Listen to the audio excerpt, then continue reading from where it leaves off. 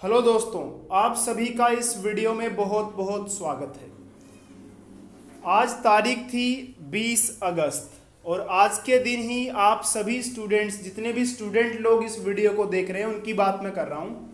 तो इन सभी स्टूडेंट्स की सीट अलॉटमेंट की लिस्ट आनी थी, वो सब आप देख भी चुके होंगे और मैंने इससे पहले वीडियो भी बनाई थी इसकी कि कैसे आपको सीट अलॉटमेंट की लिस्ट देखनी है।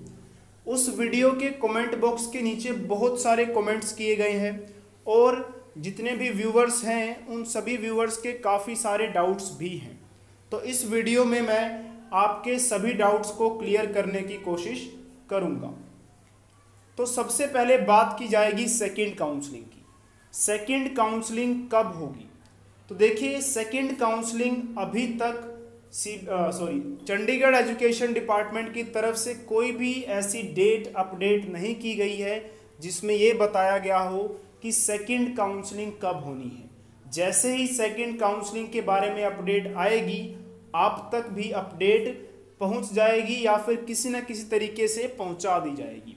तो आप इस वीडियो को अगर देख रहे हैं तो चैनल को सब्सक्राइब जरूर कीजिए, ताकि आगे जब भी कोई इंपॉर्टेंट न्यूज़ आती है तो आप तक जल्द से जल्द पहुंच सके। तो पहली ये बात थी किसकी? सेकंड काउंसलिंग की। उसके बाद बात करते हैं कि सेकंड काउंसलिंग में आपको करना क्या होगा। देखिए, जिन भी बच्चों ने फर्स्ट काउंसलिंग में फॉर्म भरा था उन बच्चों का फॉर्म फिर से अनलॉक हो जाएगा। अनलॉक होने का मतलब ये है कि आप दोबारा से अपने स्कूल्स चेंज कर सकते हैं, अपनी स्ट्रीम्स चेंज कर सकते हैं, ताकि आपको सेकंड काउंसलिंग में आपको एडमिशन मिलने के चांसेस बढ़ जाएं। तो ये थी बात सेकंड काउंसलिंग की। और सेकंड काउंसलिंग से पहले आपको जितनी भी स्कूलों में खाली पड़ी हैं सीटें, वो सीटों की लिस्ट भी शो कर दी जाएगी, ताकि आप सेकंड काउंसलिंग को थोड़ा ध्यान से सोच समझ कर भरें, क्योंकि 2 ही काउंसलिंग होगी। थर्ड काउंसलिंग अभी तक नहीं ऐसा कहा गया है कि थर्ड काउंसलिंग होगी या नहीं होगी, लेकिन इतना जरूर साफ कर दिया गया था पहले ही कि 2 ही काउंसलिंग होगी। तो 2 ही काउंसलिंग होगी, इसलिए आपने सेकंड काउंसलिंग बहुत ध्यान से भरनी है, क्योंकि अगर सेकंड काउंसलिंग में नंबर नहीं आया तो फिर आगे बहुत मुश्किल होगी आपको अपने एडमिशन को लेकर। इसके बाद बात करते हैं जिन स्टूडेंट्स ने माइग्रेशन करवानी है। माइग्रेशन वाला टॉपिक मैं सबसे एंड में डिस्कस करूंगा। उससे पहले बात कर लेते हैं जिन स्टूडेंट्स को सीट अलॉट हो गई है। तो जिन स्टूडेंट्स को सीट अलॉट हो गई है उन्हें वेट करना है 27 तारीख को। 27 तारीख में एक लिस्ट आएगी, उस लिस्ट में आप देख पाएंगे कि आप सभी की एडमिशन हो चुकी है, आपको फीस भरनी है।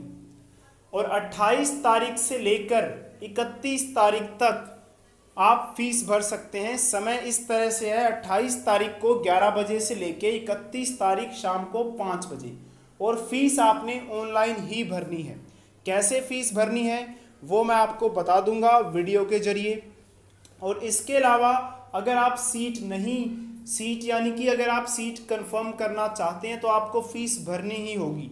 अगर आप फीस नहीं भरते हैं तो आपकी सीट कैंसिल हो जाएगी।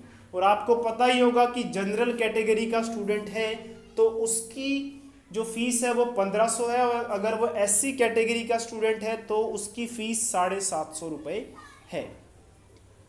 तो ये बात हो गई फीस के बारे में। इसके अलावा आपको एक और प्रॉब्लम आ रही होगी कि काफ़ी सारे स्टूडेंट्स जो एससी कैटेगरी से बिलोंग करते हैं उनका सीट अलॉटमेंट की लिस्ट में जनरल शो हो रहा है। ये प्रॉब्लम काफ़ी सारे स्टूडेंट्स में देखने को मिली। तो इसका सॉल्यूशन अभी तक तो निकल नहीं पाया है। अभी तक क्यों नहीं निकल पाया? क्योंकि जो हेल्पलाइन नंबर्स दिए गए हैं उन पर कॉल की गई है, लेकिन अभी वो पिक नहीं कर रही हैं।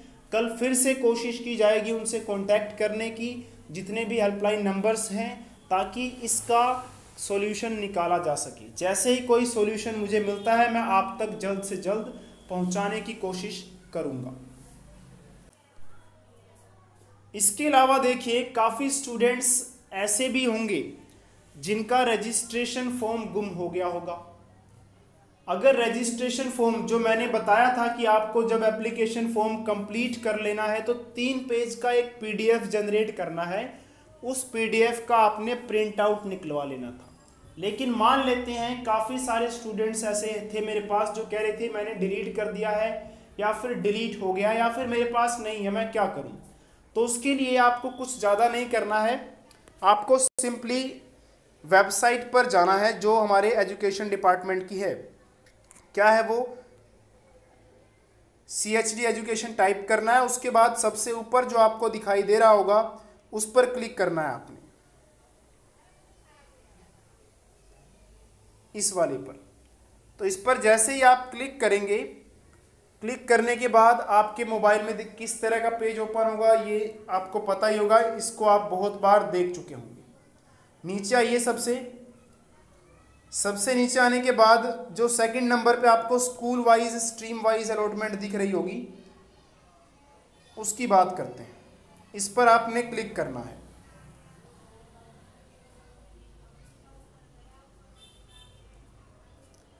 इस पर क्लिक करने के बाद देखिए सबसे नीचे आएंगे तो यहाँ पे आपको ऑप्शन मिलेगा क्लिक हेयर का। इस क्लिक हेयर पे क्लिक कीजिए, ओके पे क्लिक कीजिए। इसके बाद देखिए इस तरह का पेज ओपन होगा। यहाँ पर आप क्या कर सकते हैं, यहाँ पर आप क्या करेंगे, देखिए स्टूडेंट लॉगिन, यहाँ पर जाइए।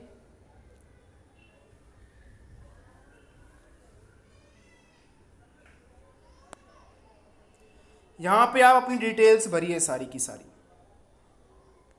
जैसे ही आप लॉगिन करेंगे, लॉगिन करने के बाद देखिए यहाँ पर आपको दिखाई देगा print admission form, print registration form. तो ये दोनों के दोनों फॉर्म आपको ज़रूरत पड़ेगी एडमिशन के टाइम। तो आप क्या करेंगे, प्रिंट रजिस्ट्रेशन फॉर्म पे क्लिक करेंगे। तो जैसे इस पे क्लिक करेंगे, जिस 3 पेज की PDF की बात मैं कर रहा था वो यहाँ पर आ जाएगी देखिए। तो इसको आपने क्या करना है, प्रिंट करवा लेना है। अपने मोबाइल में सेव भी कर सकते हैं। सेव कैसे करेंगे, सिलेक्ट अ फॉर्मेट, ये आपको दिखाई दे रहा होगा, इस पर क्लिक कीजिए। इसके बाद PDF, उसके बाद आप एक्सपोर्ट कर दीजिए, ये आ गया देखिए। उसके बाद देखिए आपको ये ऊपर ऑप्शन आ रहा होगा, इसको क्लिक करेंगे तो ये आपके ड्राइव में सेव का ऑप्शन क्लिक करेंगे तो ये आपके ड्राइव में सेव हो गई है। तो ड्राइव में जाके कैसे देखनी है वो मैं अभी आपको बता दूंगा।